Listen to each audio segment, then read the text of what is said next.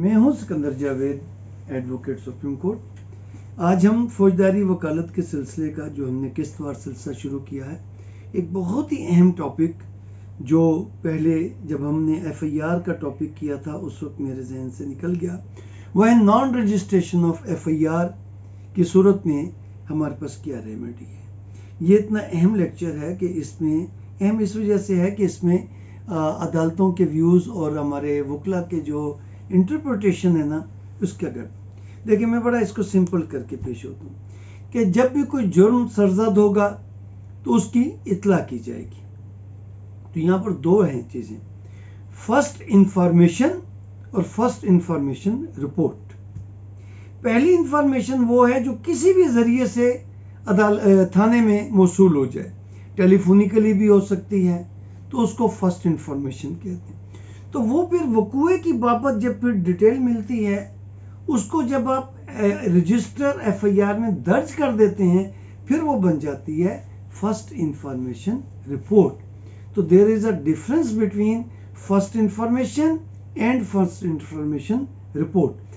First information मिली तो उसका इंदराज रोजनामचा रजिस्टर में हो गया, जो कि 2 नंबर रजिस्टर होता है, रोजनामचा डेली डायरी जिसको कहते हैं। अच्छा, अब कोई एक बंदा कंप्लेनेंट फर्ज करें कि अदालत अपना थाने में आके एक इतला देता है।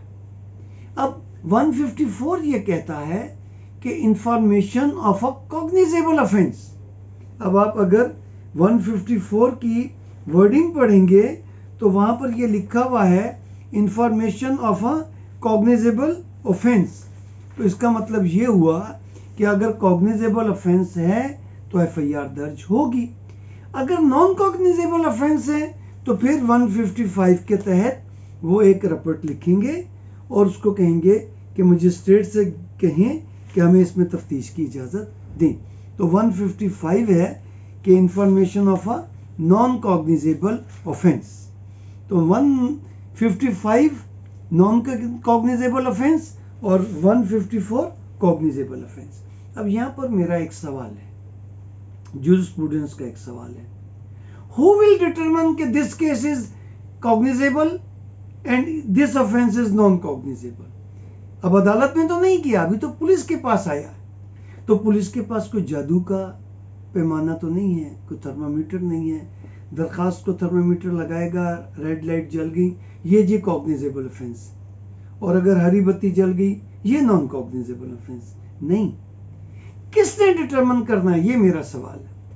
मैंने अक्सर अदालतों में भी ये सवाल उठाया कि हु विल डिटरमाइन कि ये FIR, ये जो एक इस्तग़ासा, एक जो दरखास्त मौसूल हुई है, इसमें जो वकूआ बयान किया गया है कि ये कॉग्निजेबल है और ये नॉन कॉग्निजेबल है।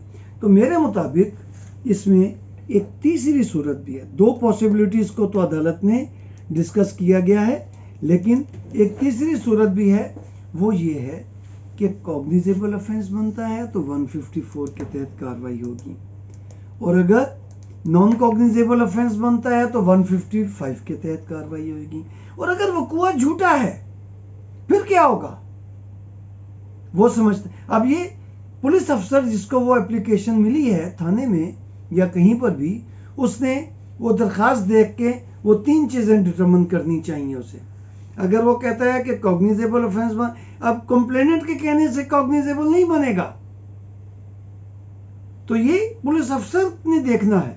वो नीचे कार्रवाई पुलिस जब दरखास्त के नीचे लिखता है, या एक रिटर्न कंप्लेंट जब पहले लिखने की इसलिए प्रोविजन है, FIR करने से पहले जो वो बोल रहा है उसको एक कंप्लेंट की शक्ल में लिखे, उसके नीचे कार्रवाई पुलिस लिखे, कार्रवाई पुलिस के नतीजे में वो ये डिटरमिन करेगा कि ये कॉग्निजेबल ऑफेंस बनता है, 154 के तहत FIR दर्ज कर देगा। वो वहां लिखता है कि ये बादिल नजर में नॉन कॉग्निजेबल ऑफेंस बनता है, तो वो रिपोर्ट लिख के उसकी कॉपी देगा, कंप्लेनेंट को कहेगा जय भाई इलाका मजिस्ट्रेट से हमें मुझे इसकी इन्वेस्टिगेशन की, हमने रिपोर्ट दर्ज कर ली है कि जय। और अगर वो ये समझता है कि नहीं ये वकूआ झूठा है, ये कोई जुर्म नहीं बनता, ये तो इसने झूठी दरखास्त दे दी है, फिर वो क्या करेगा?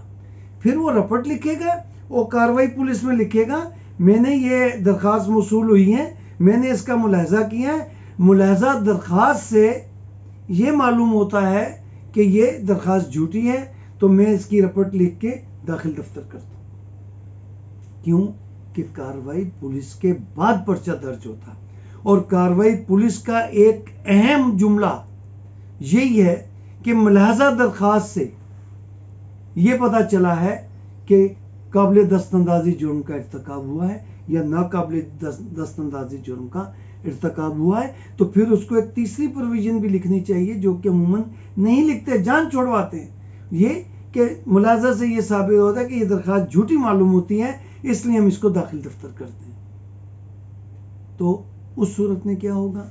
उस सूरत में अब जब वो 154 की एफआईआर दर्ज हो जाएगी, ये इसलिए करना जरूरी है। देखें, मैं आपको बताऊं कि पर्चा हमारे यहाँ, हमारे मुल्क में किसी बंदे के खिलाफ पर्चा दर्ज हो जाए तो उसके लिए इतनी बदनामी है ना। किसी बंदे के खिलाफ 5 झूठी एफआईआर दर्ज होगी, बाद में वो बरी हो गया, दरखास्तें खारिज भी होगी, किसने देखना है बाद की प्रोसीडिंग को?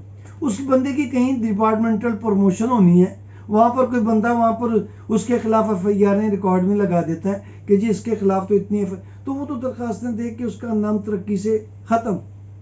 हमारे बहुत सारे दोस्तों का नाम एलिवेशन के लिए जाता है, जज हाई कोर्ट के लिए, कि स्पेशल कोर्ट के जज के लिए, वहां पर एजेंसीज वाले उसके खिलाफ 10 झूठी एफआईआर दर्ज हुई, वो तो सिर्फ एफआईआरों की कॉपियां पहुंचाते हैं, एजेंसीज वाले लिख देते हैं जी इसके खिलाफ तो इतनी एफआईआर हैं। कौन मंगवाता है रिकॉर्ड? ये तो जब कंटेस्ट हो तो फिर आता है रिकॉर्ड कि वो एफआईआर झूठी थी।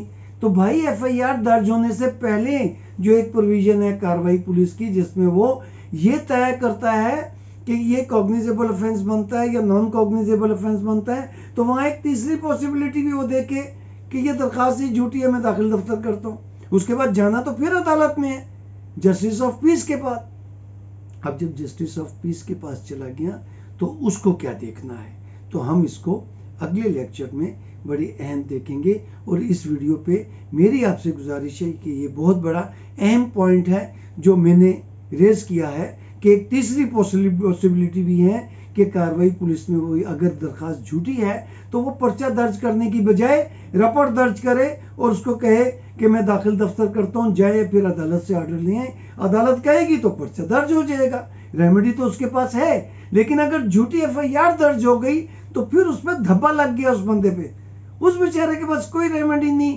क्यों कि एफआईआर तो हमेशा का रिकॉर्ड है, वो एफआईआर रजिस्टर तो कभी जाया होता ही नहीं, तो उसके पे तो ये मुस्तल कालक लग गई कि जिसके खिलाफ तो पर्चा दर्ज हुआ था, एफआईआर हो गई सी ये खिलाफ, ओ हो ये इस बंदे के खिलाफ थे पर्चा दर्ज। बाद का किसने कौन देखता है कि जी बाद में वो एफआईआर कैंसिल हो गई थी।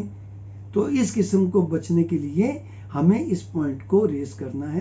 तो आपके कमेंट्स का मैं ये इंतज़ार रहेगा बहुत शिद्दत से, और आप इस पे अपनी राय का इजहार कीजिए। अगले लेक्चर में हम अब देखेंगे कि जस्टिस ऑफ पीस के क्या अख्तियारात हैं इस मामले में, और अगर हाई कोर्ट जाता है रिट ज्यूरिसडिक्शन में तो रिट ज्यूरिसडिक्शन के क्या अख्तियारात हैं। आपका बहुत बहुत शुक्रिया।